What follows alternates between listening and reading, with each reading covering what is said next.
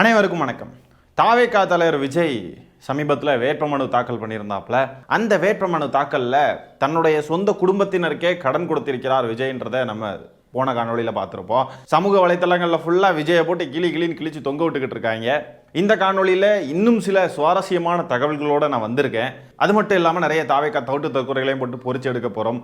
அதனால் இந்த காணொலியை ஸ்கிப் பண்ணாமல் ஃபுல்லாக பாருங்கள். இப்போ வாங்க வீடியோக்குள்ளே போயிடலாம்.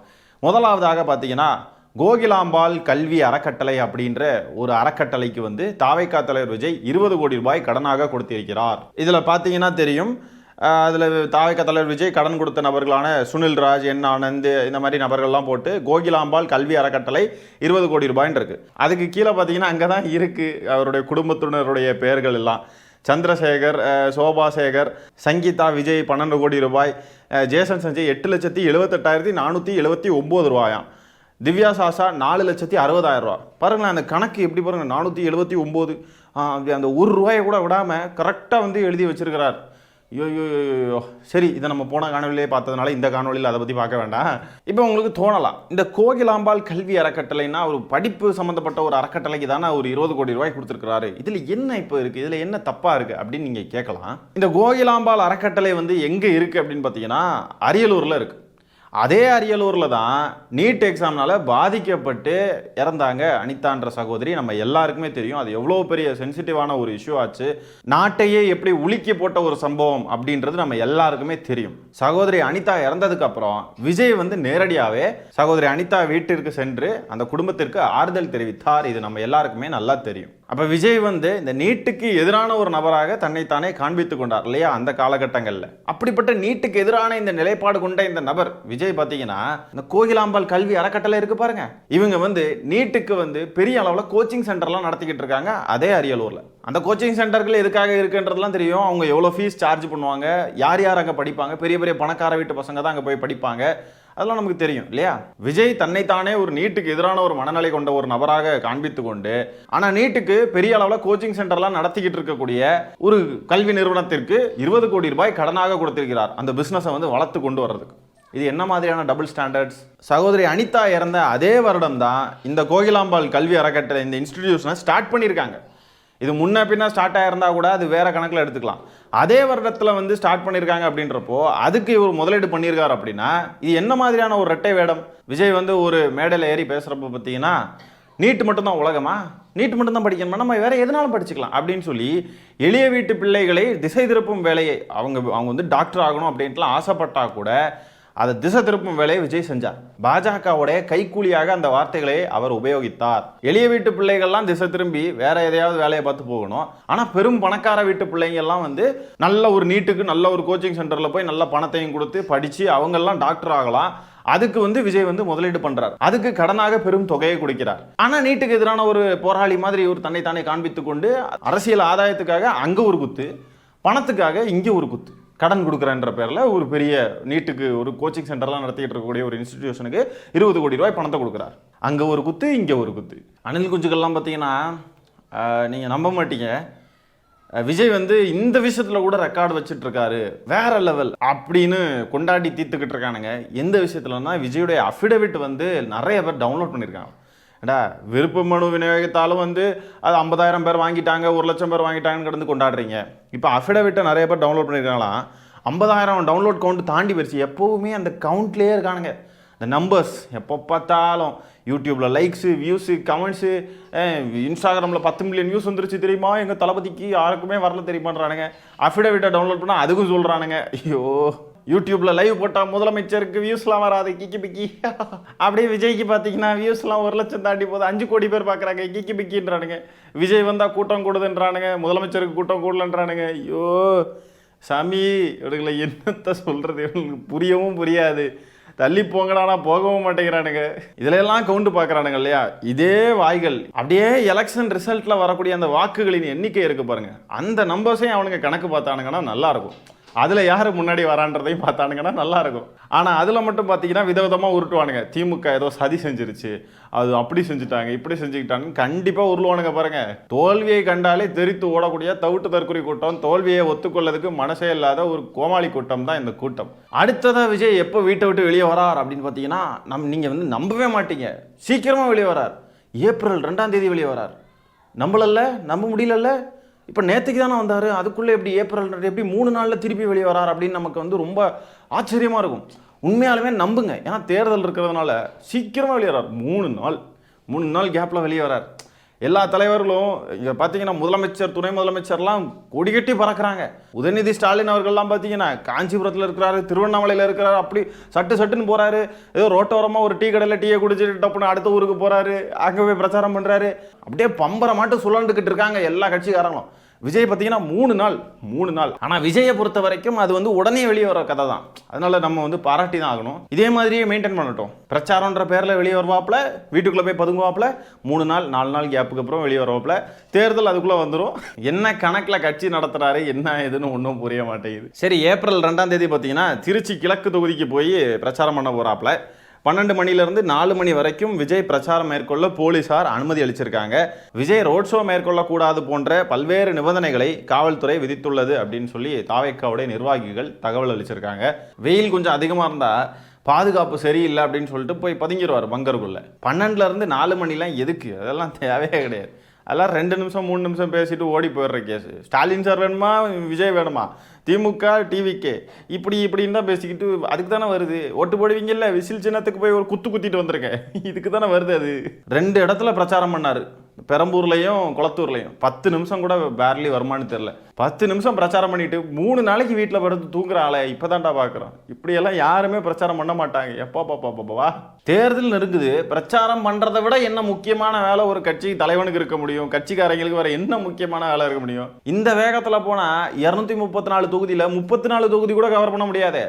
ஏன் 10 தொகுதி கூட கவர் ஆகுமான்னு தெரியலையே. அடுத்ததாக பெரம்பூரில் தாவேக்கா தவிட்டு தற்கொலைகள் பண்ண அட்டூழியங்களை எல்லாம் நம்ம பார்த்துருப்போம். அதில் ஒரு பெண் வந்து அங்கே நின்று அழுதுகிட்டு இருந்தாங்க. அப்படியெல்லாம் அழுதுகிட்டு இருந்தாங்க. அந்த காணொலியை நம்ம கூட போட்டிருப்போம். அதில் ஒரு பெண்ணே பார்த்தீங்கன்னா பெரம்பூர்லேயே நிற்கிறாங்க, குளத்தூர்லேயே நிற்கிறாங்க. கெட்டப்பை சேஞ்ச் பண்ணிட்டாங்க, கண்ணாடியெல்லாம் போட்டுக்கிட்டு. ஒரே ஆள் தான், ஆனால் 2 இடத்துல நின்று அழுகுறாங்க, அதே மாதிரி அழுகுறாங்க. இந்த காணொலியை பாருங்களேன். இந்த பெண்ணுடைய கையில் இந்த விரலில் இருக்கக்கூடிய மோதிரத்தை பார்த்துக்கோங்க. அதே மோதிரம் வந்து அடுத்த இடத்துல, இது பெரம்பூரில், அடுத்து குளத்தூரில் பாருங்கள்.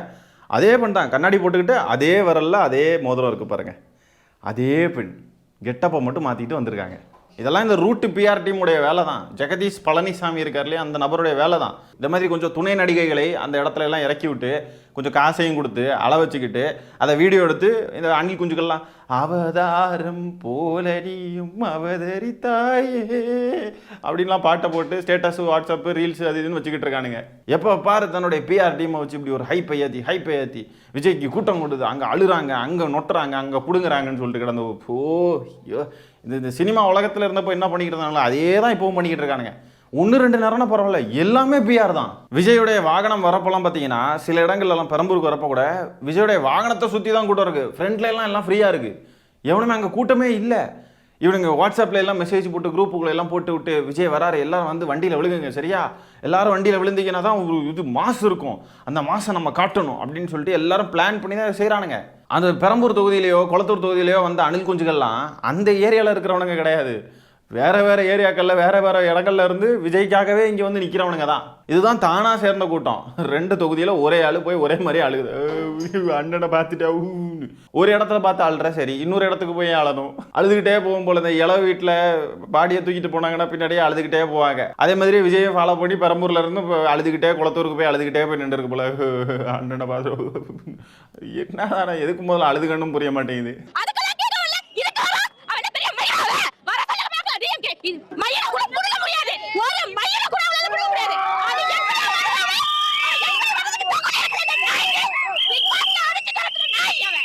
இதுக்கு மேலே இந்த பெண் பேசுறதை கேட்டால் நமக்கு காது வந்து கேட்காம போயிடும். இந்த மாதிரி கடந்து கத்துது. ஐயோ, அந்த மைக் எப்படி தான் தாங்கி சென்றது தெரிய மாட்டேங்குது. இந்த பேட்டி எடுக்கிறவர் கொஞ்சம் மைக்கை நீட்டி வச்சிருந்தாவே கிளியராக தானே இருக்கும், நல்லா தான் கேட்கும். நான் வேற இப்போ எடிட்டிங்கில் சவுண்டை கொஞ்சம் கம்மி பண்ணலாம். இல்லைனா வியூவர்ஸோடைய வீட்டில் இருக்கக்கூடிய டிவியோ லேப்டாப்போ மொபைலோ வாட்டவர் அதோடைய ஸ்பீக்கர் வந்து டேமேஜ் ஆக நிறைய வாய்ப்பு இருக்குது. இவங்களை வச்சு ஒரு வீடியோ பண்ணுறது கூட ரிஸ்க் தான் போல. என் ஃபோன் ஸ்பீக்கர் என்ன ஆச்சுன்னு தெரியல, இப்போ அதை போய் செக் பண்ணணும், கரெக்டாக கேட்குமா என்னன்னு தெரியல. இவங்க பேசுகிறதெல்லாம் பார்க்குறப்போ பொன்ராஜ் அவர்கள் தான் ஞாபகத்துக்கு வரார். கடைசியில் அந்த வார்த்தையை நம்மளையும் சொல்ல வச்சுருவாங்க போல். ஆனால் அந்த வார்த்தை தவறு, அதுக்கு பதிலாக வேறு ஏதாவது ஒரு வார்த்தையை கண்டுபிடிக்கணும். கண்டுபிடிச்சி அந்த வார்த்தையை அவங்கள சொல்லணும். கத்துறாளுங்க, என்ன பெரியமாயிரா, என்ன எதுக்கு கத்துறீங்க, என்ன பிரச்சனை இப்போ உங்களுக்கு? பாதுகாப்பு இல்ல, ஒரு டீ கடையில நிம்மதியா டீ குடிக்க முடியல, போதையை போட்டு வந்து எல்லாரும் வெட்டிட்டு போயிடறாங்க. இதெல்லாம் நாடா இல்ல காடா? இங்க கவர்மெண்ட் ஒண்ணு இருக்குதா இல்லையா? 5 வருஷம் போலீஸ் டிபார்ட்மெண்ட் ஒருத்தனாவது விஜய் பேசுறதை கவனிக்கணும்னா பாருங்க, எல்லாம் சேர்ந்து கத்துறப்ப அப்படின்னு கத்துறானுங்க, அவ்வளோதான். அது ஒரு செல்ஃபி. நீ பேசணும், என்ன தேவை பேசிட்டு கடடா, நாங்கள் செல்ஃபி எடுப்பேன்டா அப்படின்ட்டு எடுத்துகிட்டு இருக்காங்க. அப்படியே பூமர்ஸ் அப்படியே எடுத்துக்கிட்டு அவ்வளோதான். விஜயை பார்க்கணுன்னு வந்தாங்க, ஒரு செல்ஃபி எடுத்தாச்சு, வேலை முடிஞ்சிருச்சு. விஜயும் அதுக்கேற்ற மாதிரி 2 நிமிஷம் 3 நிமிஷத்தில் ரசிகர்களுடைய கன்வீனியன்ஸை வந்து கருத்தில் கொண்டு முடிச்சுட்டு கிளம்பிட்டாவில், அவ்வளோதான். விஜய் அந்த 2-3 நிமிஷத்துக்கு மேலே நின்னார், ஒரு 10 நிமிஷம் 15 நிமிஷம் நின்னார்னா கண்டிப்பாக எவனாவது ஒருத்தன் செத்துருவான். இவனுங்களுடைய சிவிக் சென்ஸே அந்த லட்சணத்தில் தான் இருக்குது. இப்போது ஒரு காணொலி போடுறேன் பாருங்கள், அந்த காணொலியில் எவ்வளோ மோசமாக இருக்கும் அப்படின்றத நீங்கள் பாருங்கள். விஜய் ரசிகர்கள் கூடியிருக்கிற அந்த இடம். அதே வந்து திருவண்ணாமலையிலையும் இப்போ துணை முதலமைச்சர் உதயநிதி ஸ்டாலின் அவர்கள் போயிருக்காங்க, அங்கேயும் பயங்கரமான கூட்டம். ஆனால் ஒரு தள்ளுமுள் இல்லை, ஒரு பிரச்சனை இல்லை, ஒருத்தருக்கும் ஒரு அசம்பாவிதமும் இல்லை. புரியுதுங்களா? இதுதான் ஒரு தொண்டர் கூட்டத்திற்கும் ரசிக கூட்டத்திற்கும் இருக்கக்கூடிய ஒரு டிஃப்ரென்ஸ். இந்த காணொலியை பாருங்கள், ஒரு டாப் ஆங்கிள் இருந்து உங்களுக்கு நல்லா தெரியும் அந்த கூட்டம் எப்படி அலைமோதுதுன்றதை பாருங்கள். அப்படியே அந்த அலை இதே மாதிரி தான் கரூர்லேயே நடந்துச்சு. அந்த அலைக்குள்ளே மாற்றவன் எப்படி வந்து கரெக்டாக வந்து மூச்சு விட முடியும்? அவனால் எப்படி அந்த புழுக்கத்துக்குள்ளே எப்படி ரொம்ப நேரத்துக்கு நிற்க முடியும்? அந்த அலை எப்படி அடிக்குதுன்றதை மட்டும் பாருங்கள். அப்படியே வேவ், அது ஒரு வேவ் மாதிரி. இதே தான் கரூர்லேயே நடந்துச்சு. புரியுதுங்களா? சின்ன சின்ன குழந்தைங்கள்லாம் இந்த மாதிரி கூட்டத்துக்குள்ளே சிக்கிச்சுன்னா என்ன ஆகுன்றதை கற்பனை பண்ணி பாருங்கள். அப்படியே திருவண்ணாமலையில் துணை முதலமைச்சர் உதயநிதி ஸ்டாலின் அவர்கள் போனப்போ கூடியிருக்கிற கூட்டத்தை பாருங்கள். ஒரு சின்ன அசம்பாதம் கூட இல்லாமல் அந்த மாதிரி அலை கிளைன்னு ஏதாவது இருக்கா? எல்லாரும் கரெக்டாக கேப் விட்டு ப்ராப்பராக டிஸ்டன்ஸ் மெயின்டைன் பண்ணி ஒரு அசம்பாதம் இல்லாமல் ப்ராப்பராக நிற்கிறாங்க. கூட்டம் கூடனா எப்படி கூடணும்? இப்படி நெருக்கி அப்படியே விஜய் வண்டிக்கு முன்னாடி போய் பார்க்கணும், அப்படியே வண்டியை போய் தொடணும். விஜயை தொட முடியுதோ இல்லையோ, விஜயோடைய வண்டியாக தொட்டுறணும், முன்னாடி போய் பார்க்கணும், அப்படியே பக்கத்தில் பார்க்கணும். இதுக்குன்னே முண்டி அடிச்சு போனால் நெருக்கி அந்த மக்கள் அலை வந்து இடிச்சு எல்லாம் சாக தானே செய்யும். அதுக்கப்புறம் வந்து நின்று முடியலை அப்படின்னு வாங்கி விழுந்தா என்ன பண்ண முடியும்? இந்த புகைப்படத்தை எடுத்து அணில் குஞ்சுகள்லாம் போட்டு ஆட்டோ ஓட்டுநர்களுடைய ஆதரவு பெற்ற சின்னமா விசில் அப்படின்னு போட்டிருக்கானுங்க. இவனுங்களெல்லாம் பாருங்களேன், அதில் 2 பேர் ஆட்டோவுக்கு மேலே ஏறி நிற்கிறானுங்க. தொழில் செய்யக்கூடிய ஆட்டோவை மதிக்கணுமா இல்லையா? அந்த ஆட்டோவுக்கு மேலே இப்படி ஏறி நின்னா என்னான்னு? அடுத்தவங்க வீட்டு காரு எல்லாத்துக்கு மேலே ஏறி நின்றுலாம் மிதித்து அந்த காரை நாசமாக்கியிருக்கானுங்க. அதெல்லாம் நம்ம பார்த்துருப்போம் ஏற்கனவே. இப்போ அவனுங்களுடைய சொந்த ஆட்டோவா என்னான்னு தெரியல, அந்த ஆட்டோவுக்கு மேலே ஏறி நின்று மிதித்து நாசமாக்குறானுங்க. செய்யக்கூடிய தொழிலை, அந்த தொழில் சார்ந்த பொருட்களை மதிக்கணுன்ற அடிப்படை அறிவு கூட இவனுங்களுக்கு இல்லை. அப்படி என்ன நீங்கள் தொழில் செய்கிற ஆட்டோவை விட உங்களுக்கு விஜய் முக்கியமா? அந்த ஆட்டோவை மிதித்து அதுக்கு மேலே ஏறி நின்று விஜயை பார்க்குறானுங்க. இதையும் குளோரிஃபை பண்ணிக்கிட்டு தூக்கிட்டு வந்து நிற்கிறானுங்க இந்த இணையத்தில் சுத்தக்கூடிய அணில் குஞ்சுகள். த்ரிஷா ஏன் த்ரிஷா அவர் சொல்லலையே எனக்கு த்ரிஷாவுக்கு எதனா இருக்கானு. அவங்களுக்கு அப்படி இருந்தாலும் தப்பு கிடையாது. என்ன பொறுத்த வரைக்கும் அது அவர் தனிப்பட்ட விருப்பம். எங்களுக்கு சொன்னது என்ன, உங்களை நான் காப்பாற்ற வர, என்ன நீங்க காப்பாத்துங்க, உங்களை நான் காப்பாத்து, நாங்க அதுதானே எங்களுக்குள்ள. மற்றபடி த்ரிஷாவுக்கும் எங்களுக்கு இதுவே சம்பந்தமே இல்லை. எங்களுக்கு அதை பத்தி கேள்வியும் தேவை. அவர் கல்யாணத்துக்கு போனா தப்பு, அவரும் ஒரு ஆக்டர், அவங்களும் ஒரு ஆக்டர், 2 பேருக்குமே பத்திரிக்கை கொடுத்துருப்பாங்க, 2 பேரும் போயிருப்பாங்க. இது என்ன தப்பு இல்லையே? என்ன கூட எங்க அண்ணன் வீட்டுல வந்து இப்ப விட்டாரு, அது தப்பா? அண்ணன் கூட்டிட்டு வந்து விடுறது தப்பு இல்லை. அப்போ விஜயை வந்து சொல்லுங்க, என் தங்கச்சி தான் த்ரிஷா அப்படின்னு சொல்லுங்க. விஜய் சொல்லுவாரா? ஆனால் இந்த மாதிரி பேசக்கூடியவங்களோட இணையர்கள்லாம் என்ன பாடுபடுவாங்களோ வீடுகளில், அதெல்லாம் தெரியல. எத்தனை குடும்பம் நடுத்தருவில் நிற்க போதோ விஜய்ன்ற ஒருத்தனால. விஜய் வந்து தன்னுடைய மனைவியை ஏமாற்றிக்கிட்டு திருட்டுத்தனமாக ஒருத்தி கூட உறவு வச்சுக்கிட்டு இருக்கான்றது எல்லாருக்குமே தெரியும். தெரிஞ்சும் கூட அதை நியாயப்படுத்துகிறாங்க. நான் இவங்கெல்லாம் எப்படிப்பட்ட நபர்களாக இருப்பாங்க? பொன்ராஜ் அவர்கள் ஏதோ ஒன்று சொல்லிட்டாருன்ன உடனே வரிஞ்சு கட்டிக்கிட்டு வந்து நின்று அழுன்னு ஒப்பாரி வச்சு அழுதாங்க எல்லாரும். அவர் சொன்ன வார்த்தை தவறாக இருந்தாலும் அவர் கேட்ட ஒரு விஷயன்றதை நம்ம நியாயமாக தான் பார்க்க வேண்டியது இருக்குது. அப்படியே தாவேக்காவை சேர்ந்தவளுங்கெல்லாம் வந்து கெட்ட வார்த்தை போட்டு அபியூஸ் பண்ணிக்கிட்டு கிடந்து கொதிக்கிறாளுங்க. அப்படியே பொன்ராஜ் அவர்களை கொலை மிரட்டல் விட்டுக்கிட்டு என்னெல்லாமோ பண்ணுறாளுங்க. அவ்வளோ யோகிதையாக பேசுகிறவளுங்களும் அவ்வளோ யோகிதையாக பேசுகிறவனுங்களும் அவ்வளோ நல்லவனுங்க உத்தமனுங்கன்னு சொன்னால் எப்படி ஒரு திருட்டுத்தனமாக பொண்டாட்டியை ஏமாற்றிட்டு இன்னொருத்தி கூட உற வச்சுக்கிட்டு இருக்கிறத எப்படி நியாயப்படுத்துறீங்க நீங்கள்? இப்படியெல்லாம் பேசக்கூடியவர்கள் பொன்ராஜ் அவர்களை கண்டிக்க எந்த தகுதியும் கிடையாது. இந்த காணொலியில் நம்ம பேசியிருக்கிற விஷயங்களை பற்றி உங்களுடைய கருத்துக்களை கமெண்ட்ஸில் பதிவு பண்ணுங்கள். இந்த காணொளியை நான் இத்துடன் நிறைவு செய்து கொள்கிறேன். நன்றி, வணக்கம்.